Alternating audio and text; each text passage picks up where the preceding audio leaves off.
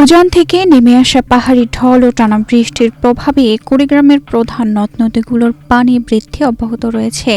এর মধ্যে দুধকুমার নদীর পানি পটেশ্বরী পয়েন্টের বিপদ সীমার 23 সেন্টিমিটার উপর দিয়ে প্রবাহিত হচ্ছে। পানি উন্নয়ন বোর্ড জানিয়েছে, আগামী 72 ঘণ্টায় জেলার নদ নদীর পানি আরও বৃদ্ধি পেয়ে স্বল্প মেয়াদী বন্যা সৃষ্টি হতে পারে।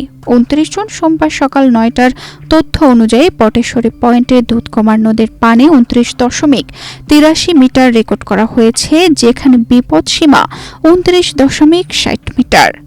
বসুন্ধরা টিস্যু, অশুদ্ধতার বিরুদ্ধে এক বিন্দুও ছাড় নয়। সকাল 6টা থেকে 9টার মধ্যে এ পয়েন্টে পানির উচ্চতা আরও 7 সেন্টিমিটার বেড়েছে। একই সময়ে যেখানে 138 মিলিমিটার বৃষ্টিপাত রেকর্ড করা হয়েছে। এদিকে ধরলা নদীর কুড়িগ্রাম পয়েন্টের পানির উচ্চতা 25.45 মিটার, যা বিপদ সীমার 60 সেন্টিমিটার নিচে রয়েছে।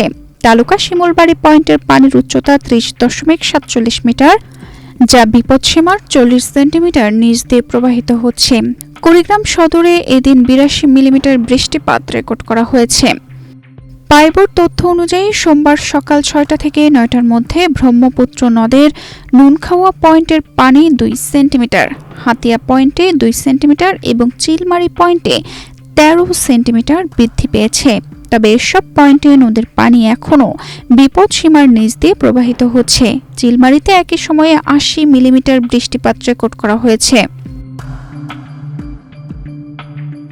অন্যদিকে তিস্তা নদীর কাউনিয়া পয়েন্টে পানি বেড়ে সকাল 9টায় 29.25 মিটারে পৌঁছেছে। সকাল 6টা থেকে 9টা পর্যন্ত সেখানে পানির উচ্চতা 25 সেন্টিমিটার বৃদ্ধি পেয়ে বর্তমানে বিপদ সীমার মাত্র 6 সেন্টিমিটার নিচ দিয়ে প্রবাহিত হচ্ছে। কাউনিয়ায় এদিন 52 মিলিমিটার বৃষ্টিপাত রেকর্ড করা হয়েছে। কুড়িগ্রাম পানি উন্নয়ন বোর্ডের নির্বাহী প্রকৌশলী রাকিবুল হাসান বলেন, উজানের ঢলে দুধকুমার নদীর পানি ইতিমধ্যেই বিপদ সীমা অতিক্রম করেছে। অন্যান্য নদ নদীর পানিও বাড়ছে। বন্যা পূর্বাভাস অনুযায়ী আগামী 72 ঘণ্টায় পানি আরও বৃদ্ধি পেয়ে জেলার নিম্নাঞ্চল স্বল্পমেয়াদী বন্যা দেখা দিতে পারে। এদিকে নদ নদীর পানি বৃদ্ধি অব্যাহত থাকায় চরাঞ্চল ও নিম্নাঞ্চলের বাসিন্দাদের মধ্যে বন্যা পরিস্থিতি নিয়ে উদ্বেগ বাড়ছে। স্থানীয় প্রশাসন ও সংশ্লিষ্ট দপ্তর পরিস্থিতি নিবিড়ভাবে পর্যবেক্ষণ করছে। তানজিদা রহমান, ইনায়া, বাংলাদেশ প্রতিদিন।